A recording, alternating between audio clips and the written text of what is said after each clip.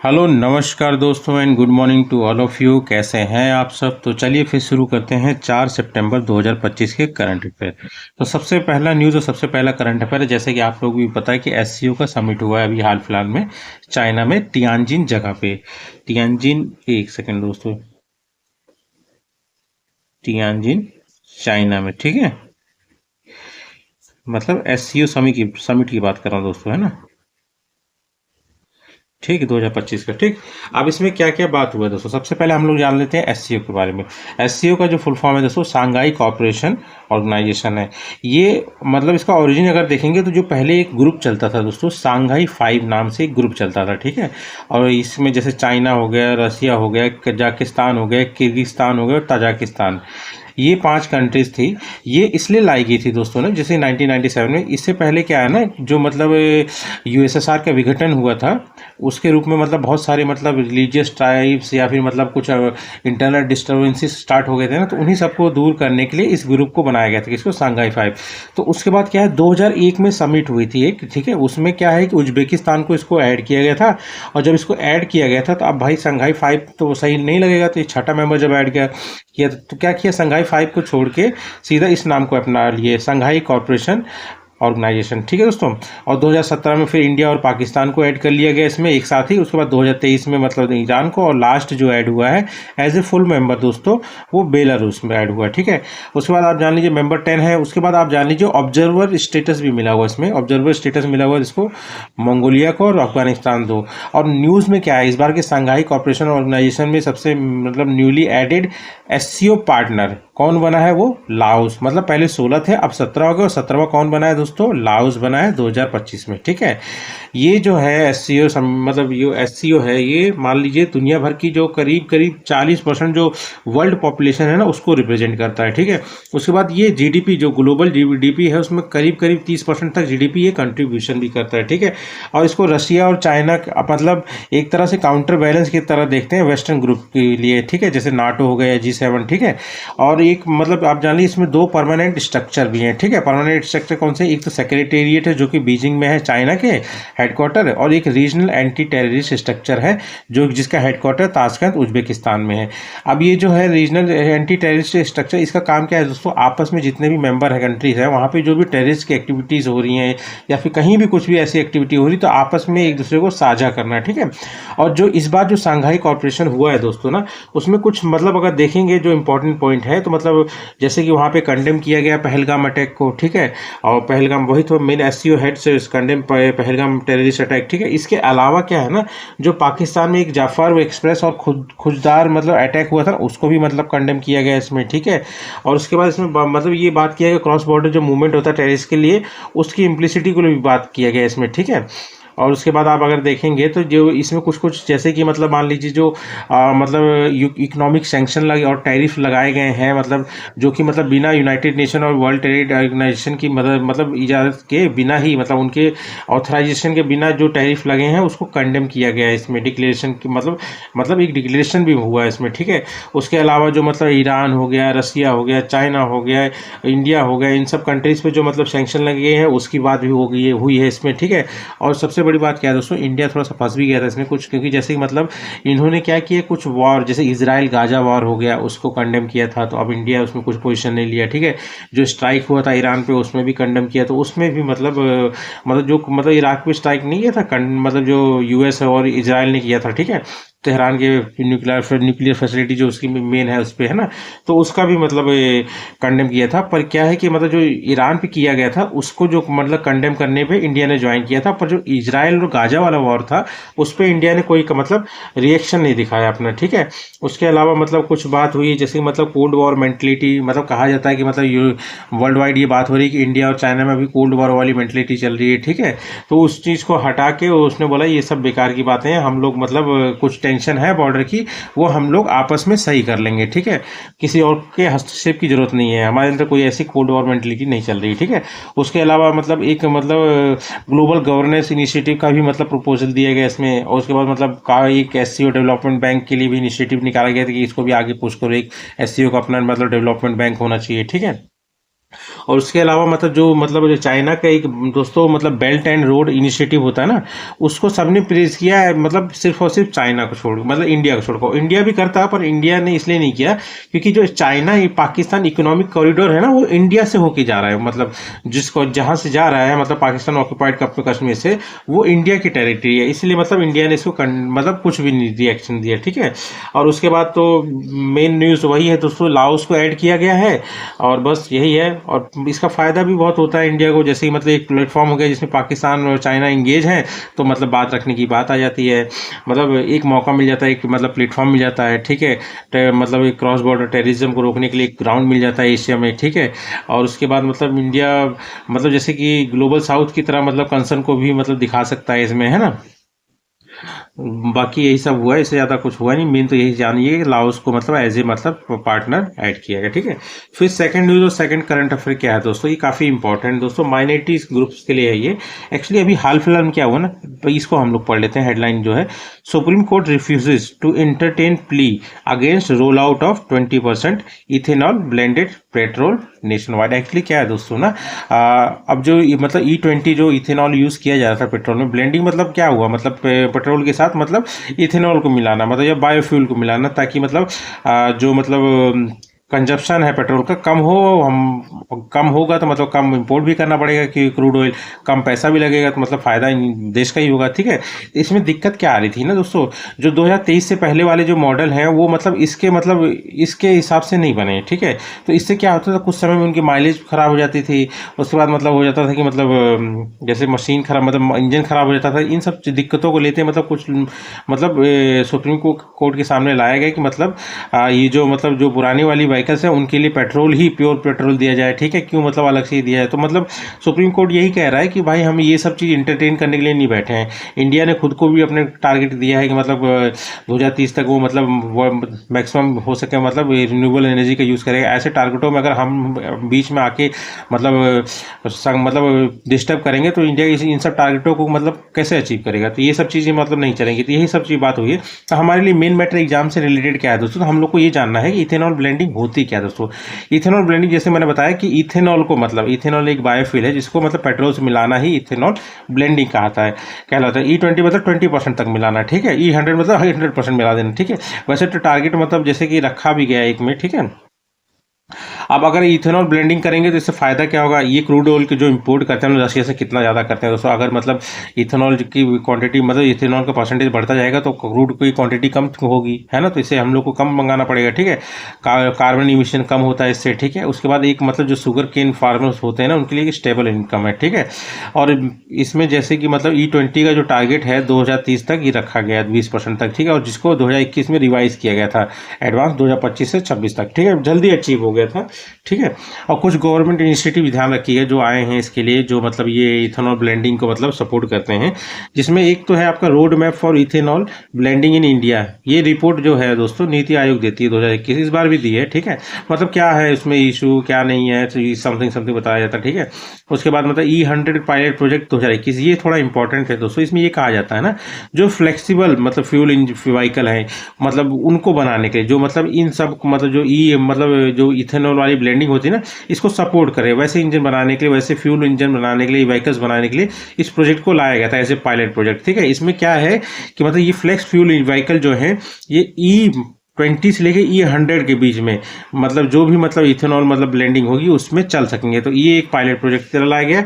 और एक दोस्तों सबसे इंपॉर्टेंट आप ध्यान रखिए, 2019 में प्रधानमंत्री जीवन योजनाएं थी। अब जीवन मतलब जय मतलब आपका ये हो गया जैव ईंधन, मतलब समझ लो बायोफ्यूल हो गया जैव ईंधन। और उसके बाद आपका हो गया वातावरण अनुकूल फसल अवशेष, अवशेष मतलब जो मतलब बच जाता है, ठीक है, जो अवशेष बच जाता है निवारण योजना। अब जो अवशेष है मतलब शुगर केन या फिर कोई भी चीज़ होती है, धान गेहूँ जो भी होता है जो बाद में बच जाता है ना, उससे मतलब ब्लेंडिंग मतलब ये इथेनॉल बनाने के लिए यूज़ किया था। इथेनॉल कुछ नहीं है दोस्तों, फर्मेंटेशन सड़ा गला के जो बनाते हैं ना वही फर्मेंटेशन वाला ही प्रोसेस से इथेनॉल कहलाता है, ठीक है। और पीएम जो जन मतलब ये जो आया था दोस्तों आपका क्या बोलते हैं जीवन योजना जो आया था, पीएम जीवन योजना 2019 में, ये 2G वाले जो इथेनॉल है उसको प्रोटेक्शन के लिए ज़्यादा मतलब रोल आउट करने के लिए किया गया था, ताकि इसको ज़्यादा प्रमोट किया जाए। तो अब इसमें ये जानना है कि ये 2G है क्या दोस्तों, मतलब इथेनॉल के पर्पज़ पे। तो इथेनॉल को दोस्तों, जो इथेनॉल प्रोजेक्ट है उनको एज पर जनरेशन डिवाइड किया गया है, ठीक है, 4 जनरेशन में।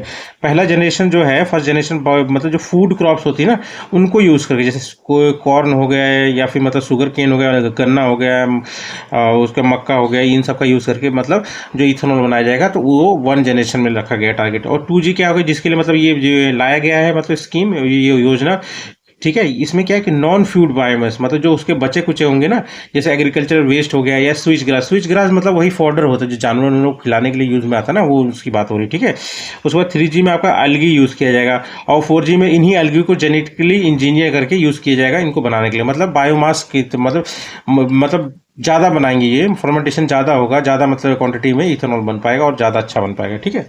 उसके बाद थर्ड न्यूज़ और थर्ड करंट अफेयर क्या है दोस्तों, ये है आपका एक मतलब ऐप है, या तो एक प्लेटफॉर्म मान लीजिए, आदिवानी दोस्तों। ये एक्चुअली क्या है कि मतलब ये लॉन्च तो होने वाला था, पर कुछ दिन पहले, पर एक आध दिन पहले हुआ है, ठीक है। उसके बाद आदिवानी के बारे में थोड़ा सा हम जानते हैं। ये जो ऐप है, या फिर आप इसको वेबसाइट बोल दीजिए, या फिर प्लेटफॉर्म बोल दीजिए, ये लॉन्च किया गया है मिनिस्ट्री ऑफ ट्राइबल अफेयर्स। इसका मेन मकसद क्या है दोस्तों, अपने इंडिया में बहुत सारी मतलब मदर टंग वाली लैंग्वेज है, उसके अलावा आदिवासियों की लैंग्वेज है। अब ये है कि कुछ कुछ लैंग्वेज में क्या दिक्कत आता है दोस्तों ना, वो मुखौली होती है, मतलब आप समझ लीजिए वो लोग मतलब उसका कुछ लिखा हुआ नहीं मिलेगा आपको, वो सिर्फ बोल आम भाषा में है, ठीक है। तो वो सब धीरे धीरे विलुप्त ना हो जाए, क्योंकि लोग आगे चल के किसको यूज़ कर रहे हैं, इंग्लिश को यूज़ कर रहे हैं, हिंदी को यूज़ कर रहे हैं, इंटरनेशनल जो उनको फ़ायदा करेगा। तो अब क्या है, लोकल लैंग्वेज धीरे धीरे गायब हो जा रही। तो इन्हीं सबको मतलब प्रिजर्व करने के लिए, कंजर्व करने के लिए इस वाले ऐप को, या फिर इस प्लेटफॉर्म को, या फिर आप बोलो कि इस वेबसाइट को लाया गया है, ताकि मतलब जो भी ट्राइबल लैंग्वेजेस हैं उनको हिंदी और इंग्लिश में ट्रांसलेट कर दिया जा सके, ठीक है, ताकि समझने में आसान हो, ठीक है। इनको प्रिजर्व करने में, इनके लिंग्विस्टिक जो हेरिटेज है ट्राइब्स का, उसको बचाने में काम आएगा। उसके अलावा क्या है, जो कम्युनिकेशन गैप हो जाता है, रिमोट ट्राइबल रीजन में कोई जाता है तो मतलब उनको उनकी भाषा समझ नहीं आती, अब इस ऐप की मदद से वो लोग उनकी भाषा समझ लेंगे, दोनों एक दूसरे की भाषा समझ सकते हैं, ठीक है। और उसके बाद ये है कि मतलब जो ट्राइबल यूथ है उनको एम्पावर करने के लिए भी काम आएगा, ठीक है। अब उनकी भाषा में सिखाओगे, धीरे धीरे सीख जाएंगे वो, है ना। उसके बाद ऑपरेशन अगर आप देखेंगे फेज फर्स्ट में, तो 4 मतलब जो भाषाएं हैं, मतलब आदिवासी लैंग्वेज, जैसे इसमें एक हो गया गोंडी लैंग्वेज हो गया, जो मध्य प्रदेश, छत्तीसगढ़, तेलंगाना, महाराष्ट्र में बोली जाती है, ठीक है। एक भीली हो गया, उसके बाद आपका मुंडराई हो गया, एक हो गया संताली, ये तो झारखंड वाले तो सब जानते होंगे, झारखंड, उड़ीसा, वेस्ट बंगाल, ठीक है। इनका जो स्क्रिप्ट होता है उसको ओल्ड चिकी स्क्रिप्ट कहा जाता है, किसको, संताली की। और उसके बाद आगे मतलब ऐड करने के लिए बात हो रही है कोई जो उड़ीसा की लैंग्वेज है, गारो जो मेघालय आसाम की लैंग्वेज है, ठीक है। एक चीज़ ध्यान रखना दोस्तों, 2022 से लेकर 2032 को मतलब यूनेस्को ने as a decade of indigenous language घोषित किया है, ठीक है। अब आ जाता है फोर्थ न्यूज़ और फोर्थ करंट अफेयर दोस्तों। ये क्या है दोस्तों, अब फोर्थ न्यूज़ और फोर्थ करंट ये है कि मतलब अगर देखिए, मतलब क्या बोल रहा है headline, larger bench to rule if minority run schools are exempted from RTI, मतलब राइट टू एजुकेशन एक्ट, ठीक है। अब इसमें क्या मैटर चल रहा है ना दोस्तों, एक केस था दोस्तों, है ना। उसमें क्या बात हुई थी कि मतलब माइनॉरिटी जो एजुकेशन जो इंस्टीट्यूट दे रहे हैं उनको मतलब आप बाध्य नहीं कर सकते हैं। चलिए मैं पहले एक चीज, कुछ टर्म आप जान लीजिए, तब आपको ध्यान रह जाएगा, ठीक है। जैसे पहला एक्ट, इसमें जो बात हो रही है RTE एक्ट, मतलब राइट टू एजुकेशन एक्ट 2009, ये क्या बात करता है, ये फ्री और कंपलसरी एजुकेशन की बात करता है 6 से 14 साल के बच्चों के लिए, ठीक है।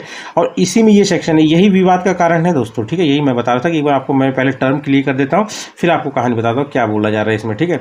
इसमें ये बोल रहे हैं सेक्शन 12 के 1 के सी में बोला जा रहा है कि 25% जो रिजर्वेशन है, जो मतलब प्राइवेट स्कूल्स हैं, जो जिनके ऑनर प्राइवेट स्कूल है, जिनको मतलब रेगुलर मतलब गवर्नमेंट की हेल्प नहीं मिलती रहती है ना, उनमें जो इकोनॉमिकली वीकर सेक्शन है और डिसएडवांटेज ग्रुप है के बच्चे हैं, उनको फ्री में पढ़ाया जाएगा, ठीक है। फ्री और कंपलसरी एजुकेशन दिया जाएगा 6 से 14 साल के बच्चों को, 25% रिजर्वेशन इन मतलब प्राइवेट स्कूल में होना कंपलसरी है, ठीक है। उसके बाद आता है आर्टिकल 21A, ये क्या कहता है दोस्तों, ये भी बात करता है फ्री और कंपलसरी एजुकेशन की सब बच्चों के लिए, जो कि 6 से 14 साल के, मतलब सब बच्चों की बात कर रहा है, ठीक है। उसके बाद आर्टिकल 30 का पार्ट 1 क्या बोलता है, ये राइट टू मतलब माइनॉरिटीज होता है कि ये अपने हिसाब से मतलब अपने जो मतलब हेरिटेज को या अपनी लैंग्वेज को या अपनी मतलब कल्चर को बचाने के लिए मतलब एजुकेशनल इंस्टीट्यूट खोल सकते हैं और उसको एडमिनिस्टर भी कर सकते हैं अपने चॉइस से, ठीक है। तो अब इशू क्या आ रहा है दोस्तों, इशू ये आ रहा है जैसे 2014 में एक केस आया था दोस्तों, ठीक है। उस केस में ये बोला गया था कि मतलब जो आरटीआई है, मतलब जो मतलब राइट टू इन्फॉर्मेशन प्रोविजन है ना, आरटी का राइट टू एजुकेशन वाला है दोस्तों, ठीक है। इसमें जो प्रोविजन है सेक्शन 12(1)(c), ये मतलब माइनॉरिटी वाले इंस्टीट्यूशन पे नहीं लगेगा, ठीक है। ठीक है, माइनॉरिटी वाले एजुकेशन मतलब इसमें ये फोर्स नहीं किया जाएगा कि मतलब जो भी मतलब इकोनॉमिकली वीकर सेक्शन के बच्चे हैं या फिर डिसएडवांटेज मतलब कैटेगरी के बच्चे या कम्युनिटी के बच्चे हैं, उनको जरूरी है कि 25% इसमें मतलब जो माइनॉरिटी इंस्टीट्यूशन है वहाँ पे भी सीट दिया जाएगा, ठीक है। ये 5 बेंच के जज के बेंच ने बोला था, मतलब इसके लिए मतलब ये बाध्य नहीं है, ठीक है, इसके अंडर में नहीं आएगा राइट टू एजुकेशन के रूल्स के अंडर में, ठीक है। अब अभी क्या सीन बन रहा है दोस्तों, अभी ये हो रहा है कि स्टेट गवर्नमेंट जो है, स्टेट एजुकेशन डिपार्टमेंट जो है, वो कह रही है कि जो माइनॉरिटी स्कूल के टीचर्स है उनको टीचर एलिजिबिलिटी टेस्ट देना मैंडेटरी है, मतलब उसको क्लियर करना मैंडेटरी है, ठीक है। तो यही सब इश्यू है। तो इन्हीं सब को देखते हुए सुप्रीम कोर्ट ने कहा है कि मतलब एक लार्जर बेंच बैठेगी जो इसका फैसला करेगी, ठीक है। तो वही बात चल रही है। तो हम लोग के लिए मेन टर्म जो है वो जान लेते हैं दोस्तों, ठीक है। अब जैसे कि आप देखिए नोट्स में, आप अगर देखिए आर्टिकल 30 का वो एक यही हम लोगों ने बात की, ये क्या करता है, एक परमिशन देता है, एक कानूनी हक देता है माइनॉरिटीज को to मतलब grant linguistic and religious minorities the right to establish and administer educational institution of their, उन्हीं के चॉइस का मतलब इंस्टीट्यूशन जो कि उनके कल्चर और हेरिटेज को बचा सके, ठीक है। उसके लिए वो अपना इंस्टीट्यूशन अपनी मदद से अपनी मतलब चॉइस से खोल सकते हैं, ठीक है। फिर आर्टिकल 29 क्या कहता है ये दोस्तों, मतलब जान लीजिए जो मतलब माइनॉरिटी वाले ग्रुप के लोग हैं उनके मतलब लैंग्वेज और स्क्रिप्ट या फिर कल्चर को बचाने के लिए ये मतलब प्रोटेक्शन प्रोवाइड करता है आर्टिकल 29, ठीक है, ताकि वो अपने लैंग्वेज स्क्रिप्ट और कल्चर को प्रिजर्व और कंजर्व कर सके, ठीक है। उसके बाद दोस्तों मेन चीज जान लीजिए, ये है सबसे मेन चीज, NCMEI एक्ट 2004। ये क्या बोलता है, इसमें देखिए national commission for minority educational institution act 2004। ये मतलब जो भी माइनॉरिटी एजुकेशनल मतलब ग्रुप मतलब इंस्टीट्यूट बनेंगे, ठीक है, उनके राइट्स को मतलब जो उनके राइट दिए आर्टिकल 30 में उसको सेफ गार्ड करने के लिए बनाया गया है, ठीक है, कि कोई मतलब ऐसा नहीं है कि मतलब उनके साथ कोई भेदभाव हो सके, ठीक है। उसके बाद एक आता है दोस्तों, ये जान लेना है कि मतलब कौन से माइनॉरिटी ग्रुप्स है, उसमें देखिए national commission for minorities act 1992, ठीक है। इसमें क्या है दोस्तों कि मतलब 6 माइनॉरिटी कम्युनिटीज को रिकॉग्नाइज किया गया, जैसे मुस्लिम हो गया, क्रिश्चियन हो गया, सिख हो गया, बुद्धिस्ट हो गए और पारसीस हो गए, जिनको जोरोएस्ट्रियन भी कहा जाता है, और जैन, यही 6 हैं दोस्तों जिनको मतलब 6 माइनॉरिटी कम्युनिटीज़ का दर्जा दिया गया, ठीक है।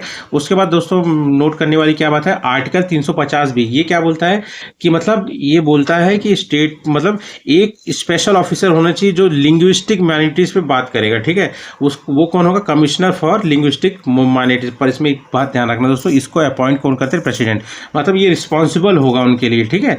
उसके बाद आर्टिकल 350 ये क्या कहता है, ये कहता है कि स्टेट को मतलब ये मतलब कुछ मतलब इंस्ट्रक्शन फैसिलिटेट करने पड़ेंगे जो कि मतलब जो बच्चे हैं माइनॉरिटी ग्रुप।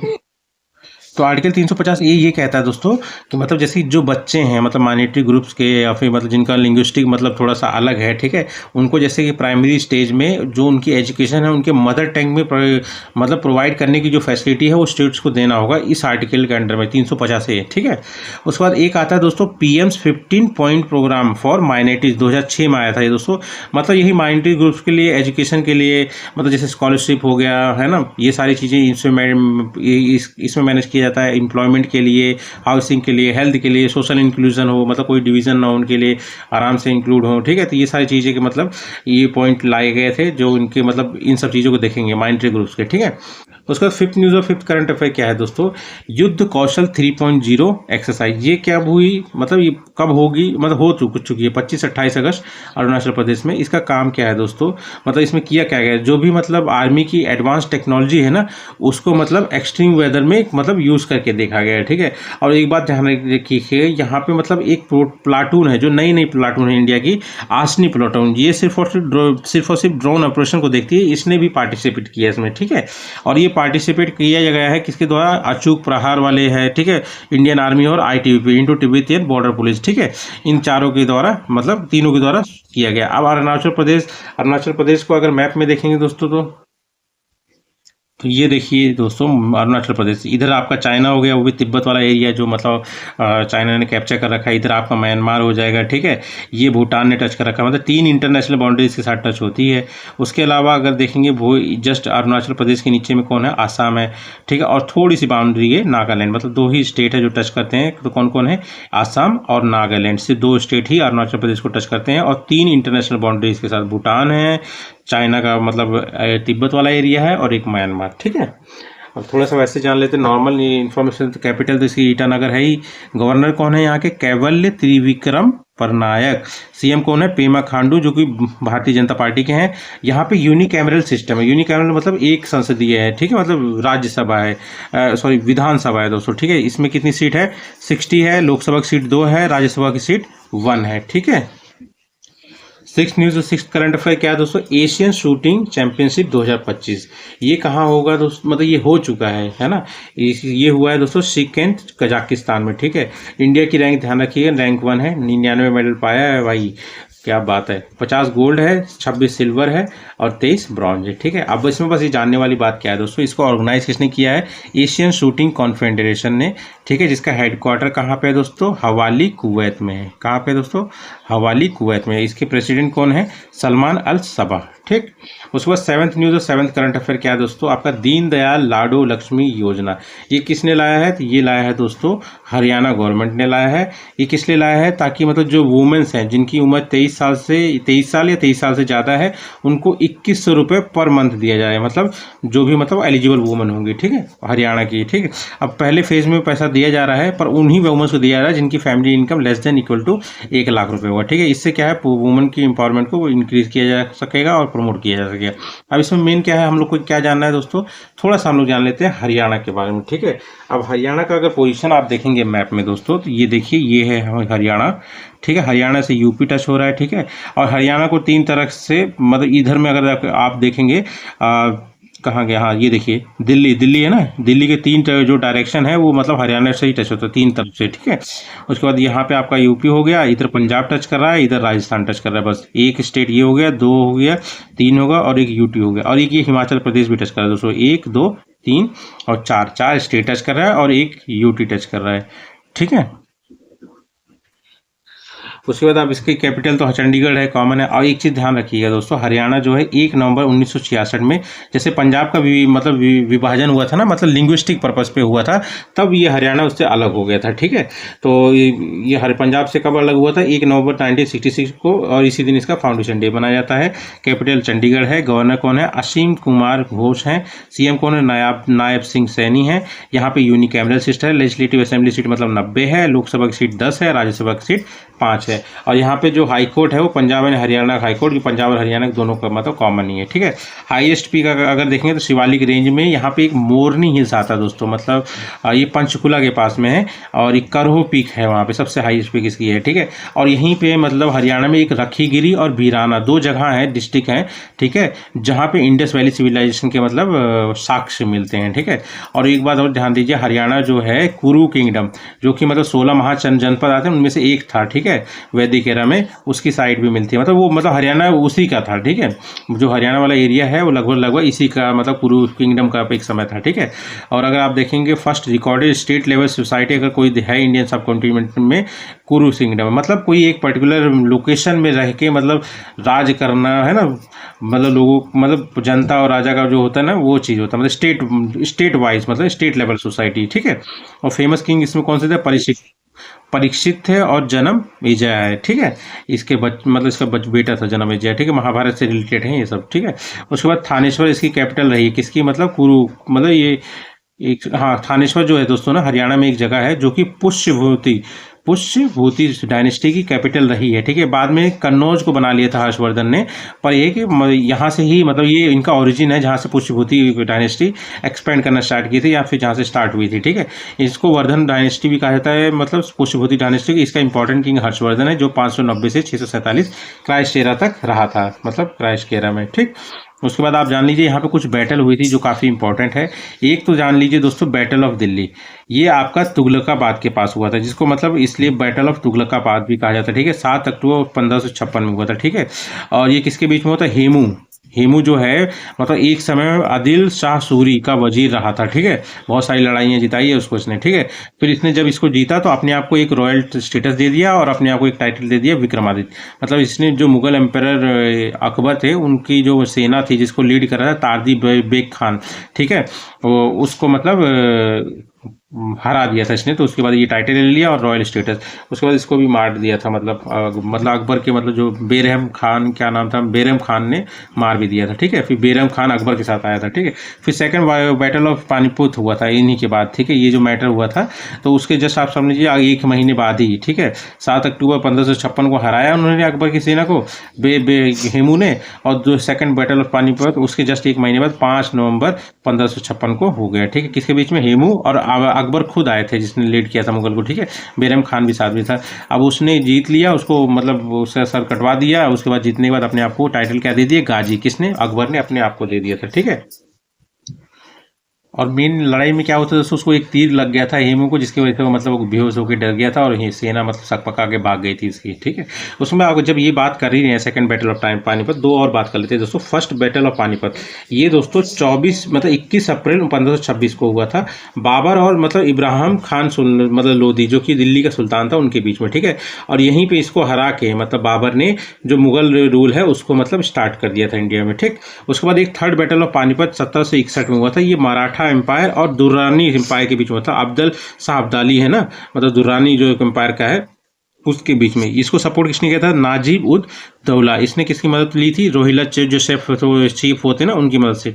और सुजाउद्दौला अवध का स्टेट का मतलब अवध स्टेट के थे। और उसके बाद एक महाराजा दीपचंद, ये कुमाऊं किंगडम थे। इन दोनों की मदद से दुरानी एम्पायर के अहमद शाह अब्दाली ने मराठों पे मतलब विजय पाई थी। ये हुआ था आपका थर्ड बैटल ऑफ पानीपत जो कि 1761 में हुआ था, ठीक है। लेड बाय सदाशिव राव, ठीक है, मराठा एम्पायर को, ठीक, लॉस्ट हुआ था इसका, वही जीत गए थे, ठीक। उसके बाद हरियाणा में कुछ फोक डांसेस ध्यान रखिए दोस्तों।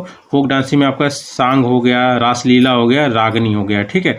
और फोक म्यूजिक में अगर देखें तो आल्हा कांड हो गया, राग भैरवी, राग भैरव, राग काफी, राग जयजीवंती, उसके बाद राग जिनझोती एंड राग पहाड़ी, ठीक है। उसके बाद 8th न्यूज़ और 8th करंट अफेयर क्या है दोस्तों? ये है आपका महागौरव फेस्टिवल। इसमें कुछ नहीं दोस्तों, माँ पार्वती और मतलब शिव भगवान की जो शादी है ना उसको सेलिब्रेट किया जाता है, ठीक है। ये मोस्टली नेपाल में होता है, उत्तराखंड के भी कुछ एरिया में होता है, ठीक है। और इसको सेलिब्रेट किया जाता है as a wedding of Shiv ji and Parvati ji, ठीक। उसके बाद पहले इंडिया की इकलौती जो टेनिस प्रीमियर लीग है, ठीक है, टेनिस से, वो 2025 में मतलब अहमदाबाद में होगी। और इसको ऑर्गेनाइज कौन करा रहा है? आईटा ऑल इंडिया टेनिस एसोसिएशन। बस इसका एक चीज़ ध्यान रखिएगा दोस्तों, आईटा का हेडक्वार्टर न्यू दिल्ली में है और प्रेसिडेंट कौन है? अनिल जैन। और 10th और लास्ट न्यूज़ है आज का करंट अफेयर का, वो है आपका बैगाना वोल्केनो दोस्तों, ठीक है। ये कहाँ पे है दोस्तों? तो ये आपका पपुआ न्यू गिनिया में है। एक सेकंड में फोटो में दिखाता हूँ आपको दोस्तों, तब ज़्यादा याद रहेगा। तो ये देख रहे दोस्तों, ये ऑस्ट्रेलिया वाला एरिया है, इसी जस्ट पपुआ न्यू गिनिया, और यहीं पे आपको मिलेगा बैगाना वोल्केनो। ये काफ़ी एक्टिव है। वैसे भी तो ये रिंग ऑफ फायर वाला एरिया है ना, पैसिफिक ओशन, तो काफ़ी वोल्केनो यहाँ मिलते रहते हैं, ठीक है। तो यहाँ पे अभी उद्गार हुआ है इसीलिए ये थोड़ा न्यूज़ में, तो ध्यान रखिएगा बैगाना वोल्केनो कहाँ है दोस्तों? पपुआ न्यू गिनिया में, ठीक है। ठीक है दोस्तों, तो यही थे आज के करंट अफेयर। तो मिलते हैं हम लोग कल, और वीडियो अच्छा लगे तो प्लीज़ सब्सक्राइब करें। Thank you.